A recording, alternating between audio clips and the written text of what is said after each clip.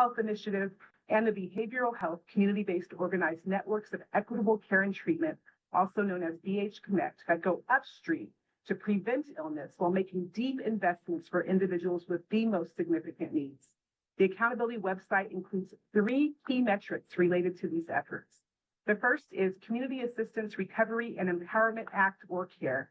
The CARE Act is a new civil court process and creates a new pathway to deliver mental health and substance use disorder services to the most severely impaired Californians who too often suffer in homelessness or incarceration without treatment. CARE calls for the prioritization of those who need help the most, providing a comprehensive plan that honors self-determination to the greatest extent possible while holding public systems accountable for delivering services and, importantly, the housing that is key to long-term stability and recovery. CARE is now live in all counties across California, as reflected in the dashboard. The second is the implementation of Senate Bill 43 related to conservatorship. Senate Bill 43 modernizes conservatorship laws to protect individuals with serious mental illness or severe substance use disorder who are at most risk of harm to themselves. Having the ability to conserve someone who truly needs it when it is a life or death situation is critical. With SB 43, counties have another tool in their toolbox, like CARE, to serve the most vulnerable, especially when they are in crisis and in imminent danger. You can search the dashboard to see which counties have already implemented SB 43, which goes into effect for all counties by 2026. Lastly, the dashboard shows the number of people receiving full service partnership behavioral health services. This level of care is intended to do whatever it takes to make sure Californians with the most severe behavioral health conditions get the level and intensity of services and supports they need to thrive in the community. One of the primary goals of a full-service partnership like CARE is to support stable housing and reduce homelessness among people living with behavioral health disorders. By measuring the use of full-service partnerships, the state has a greater ability to gauge the progress of local efforts directed at those with the highest needs. Under the implementation of Proposition 1, counties will provide more full-service partnerships, including access to mental health services, supportive services, substance use disorder treatment services, the provision of medications for addiction treatment, outpatient behavioral health services necessary for the ongoing evaluation and stabilization of an enrolled individual, ongoing engagement services necessary to maintain enrolled individuals in their treatment plan, and more. We are glad to work with you across the California Health and Human Services Agency and our departments, and are committed to working in partnership with communities to deliver on the results of this behavioral health transformation and coordinated and integrated approach. It is now my pleasure to turn things over to the Mayor of the City of Riverside, Patricia Lockdoff. Thank you, Secretary Johnson. Thanks for being here today. You know, as mayors of California cities, we're on the front lines every day tackling this homelessness crisis, transforming state dollars into real results. You know, as of last summer, the 13 largest cities in California used their HAP funding to stand up almost 16,000 shelter beds, serve 150,000 people, and place over 42,000 Californians into temporary or permanent housing. And we're not done. And today I'm here and I'm so pleased to announce that in the city of Riverside, we have ended youth homelessness. We've reached functional zero for this population, and we're seeing more exits than entries. And with HAP funding, we're now extending that collaborative model to our neighboring cities. In Riverside, we've been hyper-focused on those most at risk of becoming homeless, so we can intervene to prevent a worsening situation. And that's young people. And we found that when young people experience homelessness, they face a 5-fold risk of chronic instability as adults. And therein lies the opportunity to make an impact. So in my 2023 State of the City address, I launched the Mayor's Challenge to end youth homelessness with a very clear mandate. And under the leadership of our Housing and Human Services Director, Michelle Davis, the city convened key partners and together developed a coordinated entry system and identified 57 young individuals on our community queue. We then built our response as a continuum of care, addressing immediate needs and paving the way for lasting solutions using a 3-pronged approach. Number 1, establishing immediate relief. Through our nonprofit partners, we've expanded our shelter bed capacity, ensuring quick refuge. Number 2, providing pathways to stability. Case managers through one of our local nonprofits guide youth through the rapid rehousing program, promoting self-sufficiency. And 3, building permanent solutions. The city's housing authority, in conjunction with our community partners, delivered a breakthrough with the Aspire, a 33-unit permanent supportive housing community completed just last month. Here, 33 formerly homeless youth now enjoy the dual benefits of stable housing and access to employment and educational services, courtesy of our partners at Riverside County Workforce Development and Riverside Community College. This initiative really exemplifies the power of collaborating with multiple partners to harness all the tools in the toolbox and build long-term success. And the work continues. Our biweekly case conferencing with 18 partners has cemented a shared commitment to challenge and improve the status quo. We're not merely providing a service, we're shifting perspectives and proving that when smart, united community identifies and addresses its most painful inconsistencies, transformation is inevitable. So with that good news, I want to turn it over to our great partner in this fight, our Governor, Gavin Newsom, who's here with an exciting announcement. Governor?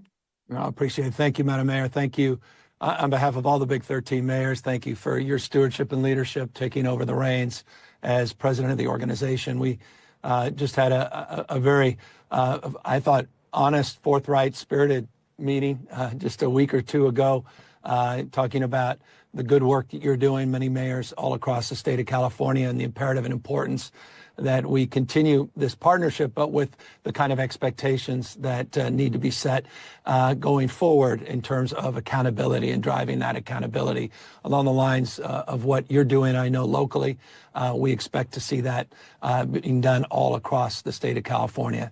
Let me just first sort of back up a little into what Secretary Moss presented, a little bit about what Secretary Johnson presented, which was laying out, for the purpose of today's announcement, some of the specific announcements. And then I want to back in to a new accountability website that we're putting out today and previewing.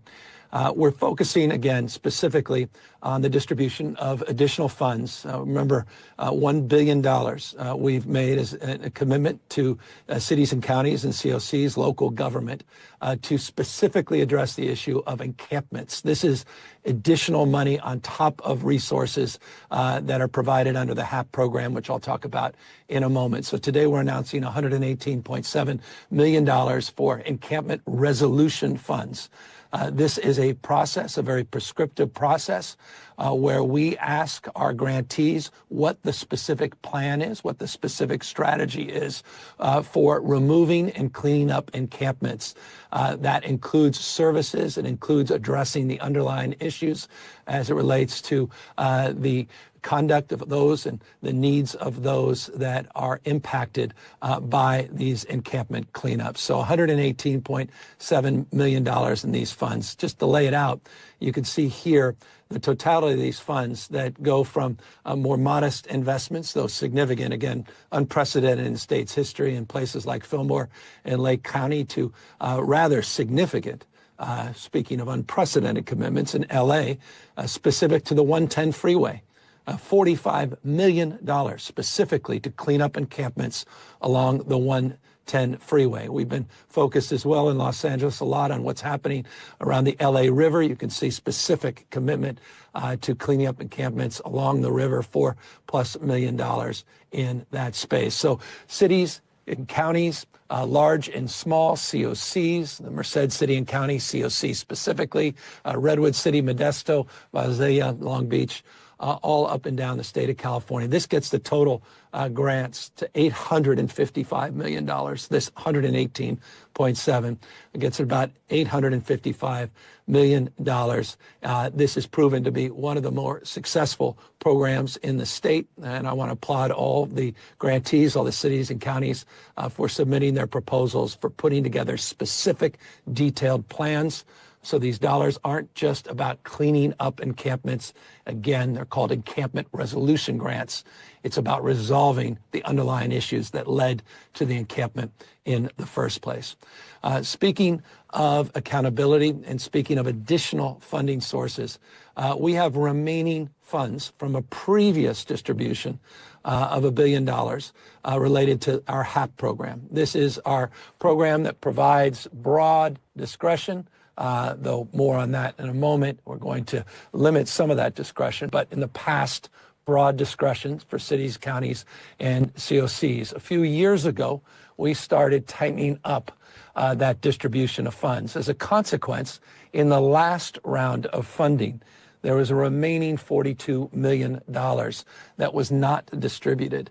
And that was not distributed because we were not satisfied at the state level that the applications were complete, and we warranted more two-way conversations. We wanted more discussion with our partners, making sure that these dollars would be more accountable, or at least the distribution of these dollars, that we would have more assurance of the accountability. So we're providing today the distribution of those funds, a significant portion of the 42 million coming in the Orange County region. As you can see here, 34 million, 34.6 to be exact. City of Anaheim, a big beneficiary of a lot of these funds, in addition to smaller counties from Nevada, Colusa, Glenn, Trinity. You'll see Butte, obviously El Dorado County, all recipients now of the HAP 5 funds.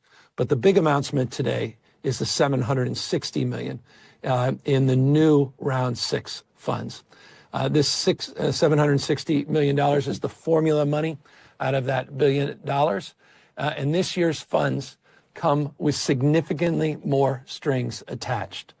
The announcement we're making today on the notice of funding availability, the $760 million, requires compliance for a portion of these funds to be compliant with your housing element, requires more focus and more streamlined outcomes and data and results and plans specific for encampments. And it requires other more prescriptive incentives and disincentives as it relates to the expectation of accountability attached to those funds. And I want to expand on that in a moment, but I want to jump right in to this new website, accountability.ca.gov, accountability.ca.gov. Let's take a look specifically at this site. And we can go to the homepage here. You can see some basic information that is an aggregated site that basically provides basic information about what's happening or not happening in cities and counties all throughout the state of California. Let's just jump right in to 3 specific examples. We target our focus on this accountability website to the 58 counties in the state. And you can see here, you can go by alphabetical order, Alameda County, Alpine, or you can go by population. Unsurprisingly, if you went by population, you would jump right into LA County. And there's 3 areas of focus on housing, homelessness, and behavioral health. And you'll see on this accountability site the specific metrics now that we have green, red, signifying success or alignment with state laws and goals, and areas where we have weakness and areas that need to be addressed. On the housing plans, simple. Is the county, LA County as an example here, are they compliant with state housing standards? In the case of LA County, they are. However, within the county, there are cities that have plans that are out of compliance. And you can see the list of those cities in Hidden Hills and Compton and Commerce, and we're working aggressively with those cities to bring them into compliance. You'll see the pro-housing jurisdiction. Again, carrots and sticks as it relates to those jurisdictions that are leading, like Long Beach, LA City proper, Santa Monica, City of West Hollywood, and others. On construction, specific to the issue of housing, how many housing units have been permitted and how many housing units have actually been complete. Again, basic information, but now aggregated information that could be available so people have the opportunity to review. You can see further here progress towards those housing goals. we have these cycles. We refer to the RENA permitting cycle. Each county, well, not each county, but many counties run on different cycles in terms of the exact dates. But you can see specific to LA County, what's the progress? The question, what's the progress towards the housing goal? How are they doing on that 8-year cycle on the RENA? How are they doing specifically for very low-income housing, low-income housing, moderate-income housing, and above moderate housing? So you can see the areas, the gaps, areas of weaknesses, areas of strengths. So that's specific to housing. You can go back and now click on homelessness. And this is important. How did we do in the latest point in time count? How did the cities, how did the counties do as it relates to a number of shelter beds? How did they do with unsheltered versus total number of people that are experiencing homelessness? You can see here progress, the green representing progress in LA County, a decline in unsheltered population of 5.3%. They saw an increase in the total number of beds last year of 7.6%. And the number of people experiencing homelessness overall declined. Again, the focus of a lot of our efforts on the unsheltered population, you saw even more progress. As it relates to the homeless housing and prevention dollars, the HAP funding that we are announcing today, the $760 million specifically as it relates to their awards over the last many years. You can see the dollar figures to the specific, to specifically the county, not the city in this case, to the county. How much was obligated to the right there? How much was actually spent? A baseline question that all of us should have access to in an easy and understandable platform like this. How many people have been housed? How many people have been connected to services? And again, on encampments, specifically, how do we do on encampments? What has been obligated, what has been spent? It's the question I ask as governor. It's a question all of us should ask as taxpayers. If you've got money, are you spending that money? Is that money being wisely spent? What are the outcomes? How many people housed? How many people connected? I'll go back here and go back to other counties just to be fair. This is not an LA specific thing. You can scroll down, for example, just in the San Diego region, maybe just go to San Diego County and see how they're doing on some of these things. Back to issue of homelessness, just as a compare and contrast. You can see San Diego County struggling a little bit more. By contrast, last year, you can see the red in this case. Their unsheltered population going up, their number of shelter beds going down, total number of people experiencing homelessness going up. Again, gaps as it relates to money the state has provided and money that has been spent. Number of people housed, again, familiar information. So this is, again, every county has this tracking. Every county has this platform and this site, and that includes the three-legged stool. Go to behavioral health. As the secretary was saying, you can see now on this behavioral health site, Care Court. Did you implement Care Court? Now, of course, everyone has a responsibility to implement it, but we're going to call out outliers. Have you gone forward and moved forward on your SB 43, on your conservatorship? You don't have to wait till January 2026. That's the legal obligation under the conservatorship reform. But to their credit, San Diego County is moving forward on conservatorship reform. And how are they doing as it relates to what Secretary Johnson referenced, this sort of, smash mouth full service partnership for those with complex needs, those that need more intensive services, those that we would describe as the most challenging as it relates to those struggling with mental health, substance abuse, broadly speaking, behavioral health issues. How many people are actually being served? And so that's a top line. Go back to the homepage here of this new accountability website. Again, it's the first time the state has populated a site like this. It will allow people, the local level, those that are representing the people within their cities and counties, as well as those that they represent, to hold all of us to a higher level of accountability and a higher level of expectation. So the $760 million that we're announcing today, now again, will be populated once those NOFAs, those dollars go out and those programs are funded. There's a cap and resolution grants. They'll be populated on this site. You can look at the data sets on this site. It has a number of data sources you can look at. We'll back up and provide more detail, original sources, a lot of the sources coming from local government. We'll update this as we get updated. So this will be populated and repopulated with new data sets. Thousands of data has come in to provide for the information that we have highlighted here today. And as we get more feedback, as we roll this out today, and we get more feedback from the public, feedback from our partners, we'll populate this with even more additional information. So across the spectrum, more focus now than ever on accountability, maintaining unprecedented investments, targeting those investments to really focus now on unsheltered homeless, to focus on what's happening on the streets and sidewalks and encampments. And it's a long-winded preview. While it's true the January budget that I submitted did not have additional HAP funding, these dollars from the last round, as we're in the current fiscal year, now going out with more strings attached, I was very clear with the big city mayors, and I was very grateful for the dialogue, that we're going to be even more prescriptive and more aggressive if the legislature supports additional funding to the cities and counties.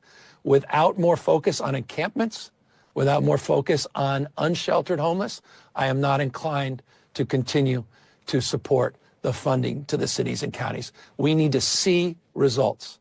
And I think the last thing anyone wants to see is presentations like this from elected officials. They just want to see their streets and sidewalks cleaned up.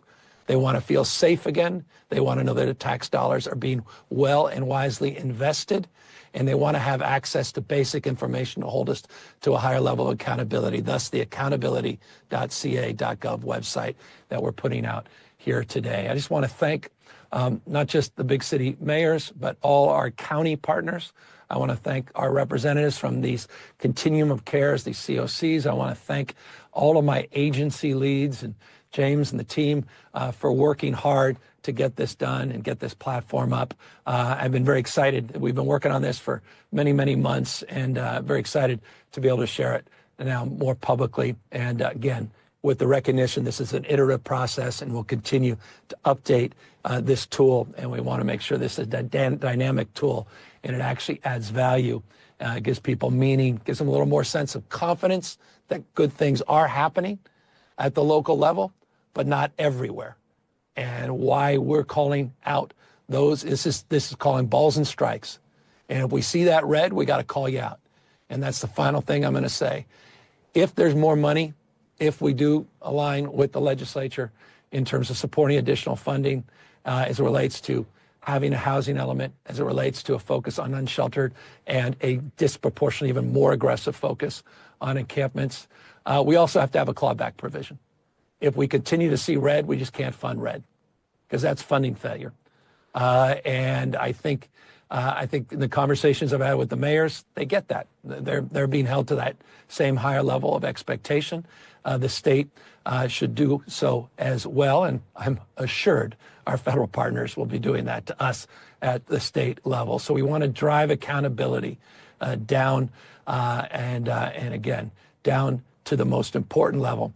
And that's where the federal and state vision is ultimately realized at the local level. With that, we're here, all of us, to answer any questions. And again, gratitude to our two outstanding secretaries that work so hard to get these resources up and available, and we'll do the kind of vetting of these applications that taxpayers deserve, and now with this website, aiding the taxpayers and the public so they can be participatory with more information than they have in that accountability going forward. With that, again, happy to answer any questions.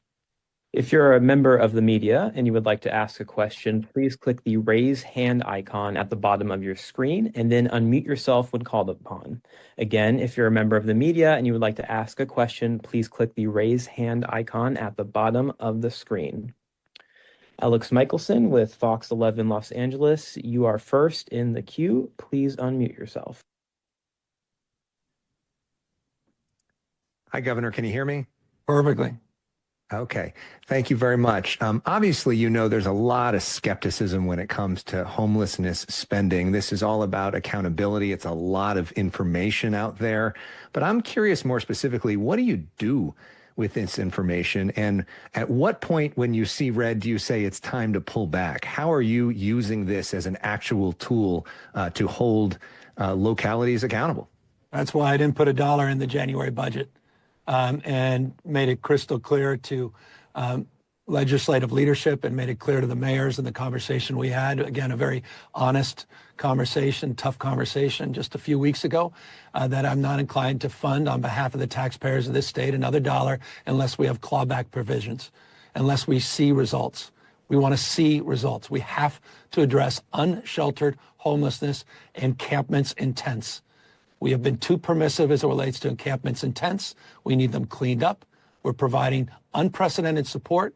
Now we need to see unprecedented results. If we don't, we're not going to continue to fund the excuses, not going to continue to fund failure. Our next question goes to Lindsay Holden at Politico. Lindsay, please unmute yourself. Hi, Governor. Thank you for doing this. Can you talk a little bit more specifically about what cities, counties will be required to do in terms of encampments? You kind of alluded to that, but I'm just curious specifically, what are the new strings? My desire, it's not mine, I think it's the public's. I think I'm representing the feelings of the public, spending as much time specifically on the issue of encampments and individually out there cleaning up encampments across this state. People want to see their sidewalks taken back. They want their streets safe again. They want to bring their kids, walk them down the streets, get to the playground without stepping over people on the sidewalks. They don't want to see the kind of activities that they're seeing out there, people using and abusing drugs and alcohol as examples. They want to feel safe again, and they deserve that.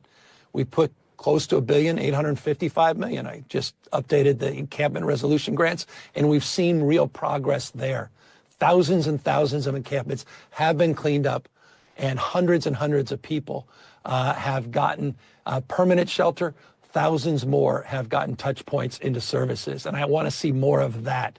I want to see less of miscellaneous line items of support that we've seen traditionally in the HAP program. I want more specific outcome-based criteria if we go forward with additional HAP funding, specifically for encampments to build off the encampment resolution grants and to focus on unsheltered homeless as a top priority. We made some progress in the last few years on unsheltered homeless. You've seen a lot of green, a lot of cities across the state, even parts of the state that saw overall homeless numbers up. A lot more of those folks were housed. They got more beds and more support, but we saw a decline in unsheltered. So a real focus, to your question, on encampments and unsheltered homeless, and again, a clawback provision so that we can redirect in real time money for those cities that are doing well and pull money away from those that are not producing the results that they specifically have to criteria in their application in order to receive those funds. Our next question goes to Ashley Zavala. Ashley, please unmute yourself. Hi, Governor. My question is a two-parter, but they're intertwined, I promise. So first, I was just wondering the cost of accountability.ca.gov, if you have that number off the top of your head. And in that same vein, sort of in this moment of the existence of DOGE and a hyper-focus on government spending, this seems like a really user-friendly website and shows some really important information about where tax dollars are going. Is your administration exploring maybe other ways to use this kind of user-friendly format for other spaces? I don't know whether that's like the environmental goals or health or anything else where this, yeah. Well, sincerely, I appreciate that question because the answer is yes, and it allows me to sort of mine the question a little bit more. The reason it's accountability, not homeless housing and behavioral health accountability, is exactly that. It's a new platform for us to do precisely what you suggest we need to do. Look, we have a lot of state agencies that have similar sites. We don't aggregate it. And again, the state lives not just from the state providing services, but local government providing services on behalf of the state. And so the critical missing piece in the path is getting that local information. That includes a lot of nonprofits, the cities and counties, hundreds and hundreds of local agencies, and then populating and putting it in to the state framework. And again, you have all the federal funding that is a component part. So again, it's aligning all this, and we've been scrubbing, we've been working across the spectrum to do that on a myriad of other subjects, not just these three matters. Two, I think you recall we were out there, seems like years ago, but it was just a few months ago in the Central Valley. And we were talking about a lot of the work we've done at ODI and the work we're doing to streamline state government services and the civil service reform, et cetera. And I made the point even before the January budget presentation that we've been doing this for years and years and years. But we just need to now, I think, be more aggressive. I made this crystal clear to my team. We've got to let people know. People just don't know, and do it in a user-friendly way. And so this is the beginning. It's a preview of these kinds of platforms that absolutely we want to see more broadly made available. And again, it's a tool. It's a two-way tool. Hold us to a higher level of accountability. That helps all of us, transparency and accountability. But you need that basic fact data and information. Final point, and forgive the long-windedness. Engaged California. We just launched it for the LA fires and trying to create a platform where people's voices can be heard. And this is we just announced it a couple days ago, and it's a really exciting platform. And it's another example of a platform that we're going to be rolling out well beyond just recovery efforts for the LA fires.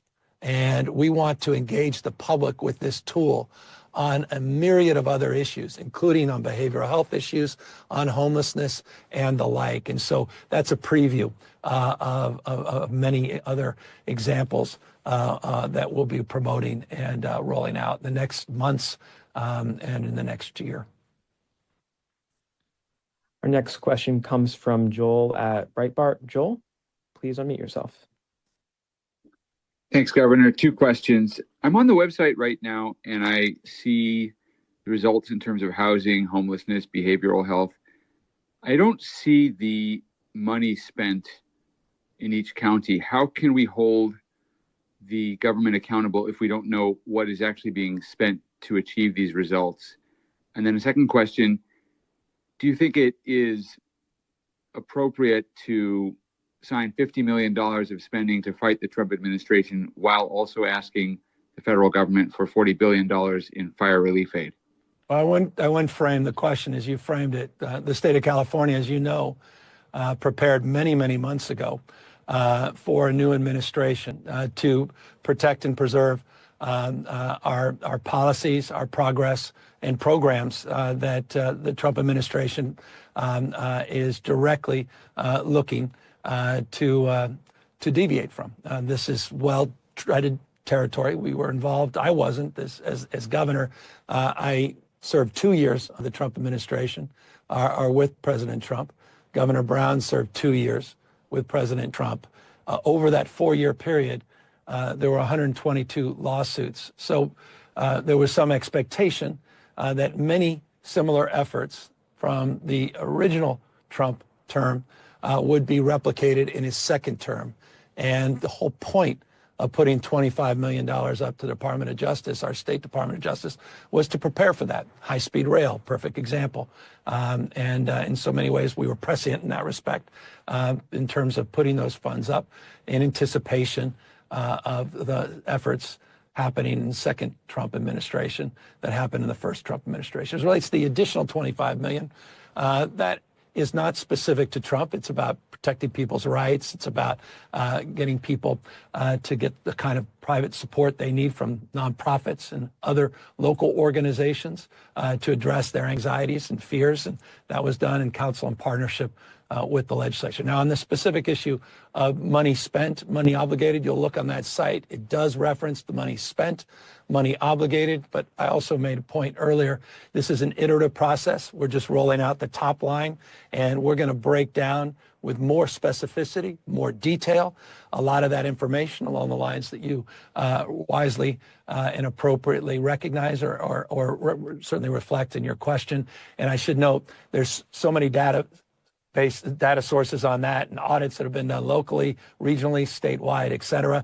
And so we've got to just square all of that, and we'll provide that information, and we'll be updating the site with much more detailed and nuanced information. Final point, though, the source information in this site, on this site, the original source information also provides a lot more detail in that respect, but we're just trying to clear that up and make it easily readable and ultimately machine readable so that it populates itself without the kind of manual inputs that required today. Governor, 3 more questions left in the queue. Our next question goes to Antonio Ray Harvey with California Black Media. Antonio, please unmute yourself. Good afternoon, Governor. Actually, I have 2 questions. I'll try to, couple them together. Early towards your end of your presentation, you had mentioned that your administration is more focused on accountability than ever. If you go back, lawmakers and communities were asking for audits. Before you got to this point, to build this, to provide this tool, were there some discrepancies that you were seeing, how money was spent or how it wasn't spent? And also, my second question is, you also mentioned seeing red. Could you clarify what you mean by seeing red if, things, pop up that, doesn't align with what you're trying to do?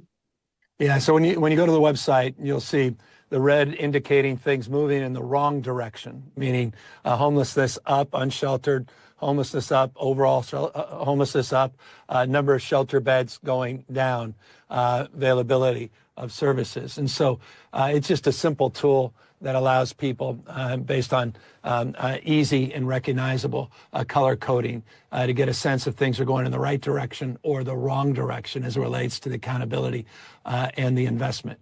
As it relates to the issues of audits, I mean, I was commenting when I was with President Trump.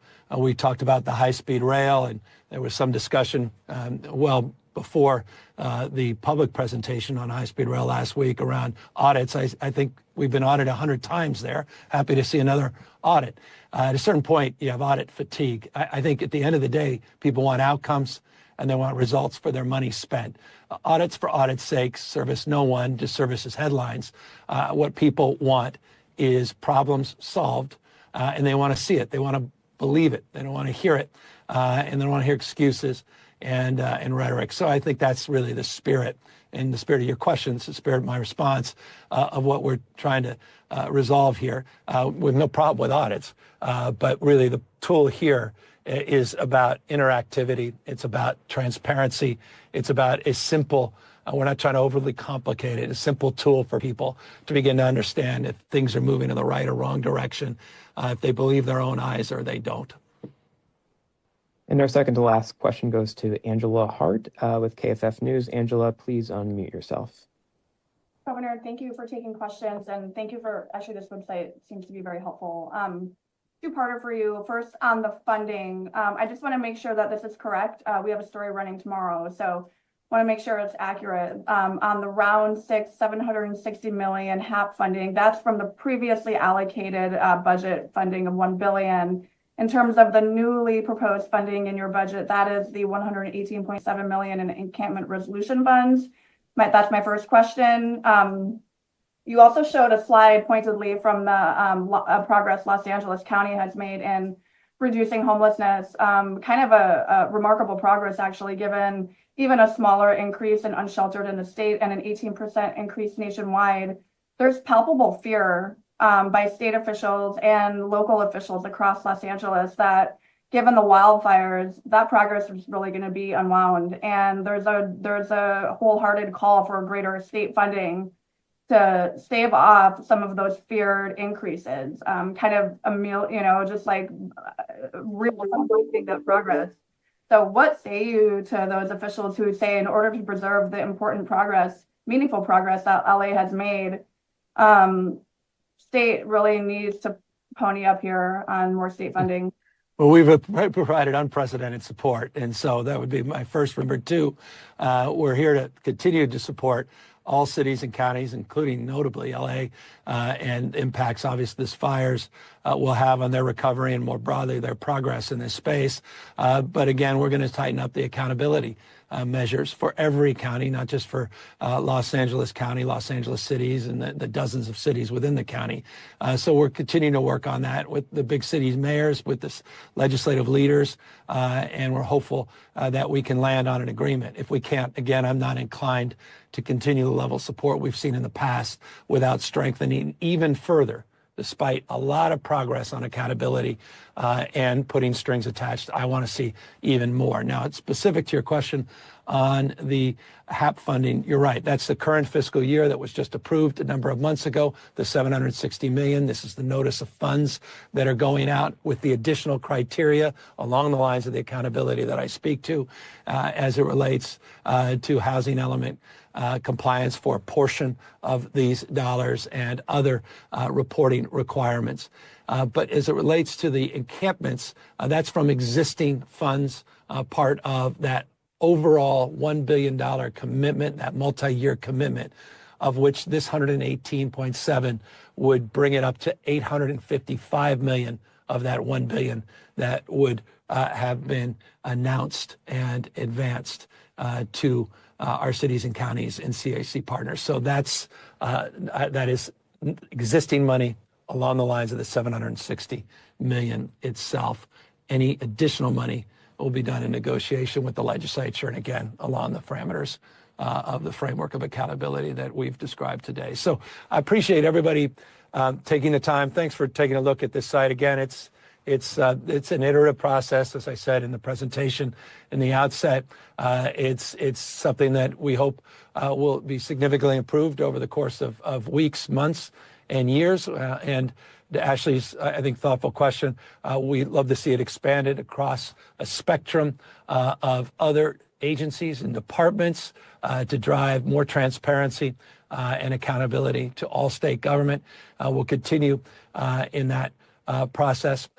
We will be announcing over the course, as I said, of the next few months, some of the additional work that's already being worked upon, and we'll socialize that, and we'll get these sites up. And then with the Engaged Democracy platform, this engaged.ca platform, where we're really looking to get all of those that have been impacted by the fires in the Eaton burn scar and obviously the Palisades burn scar, to have a safe platform where everybody's voice will be heard, where people can talk more specifically about their concerns and their aspirations as it relates to bending the cost curve for rebuilding, addressing strategies on design, ingress and egress as it relates to emergency strategies and planning, guaranteeing that we're undergrounding our utilities and making sure that we're doing that work on all the horizontal work and aligning it in concert with other state agencies and federal agencies and making sure we're streamlining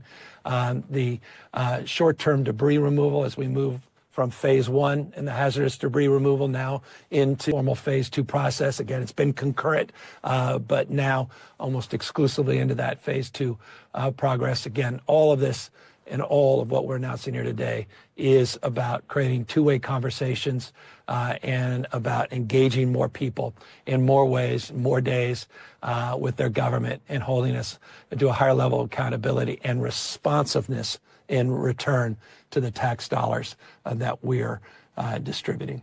Thank you all very much.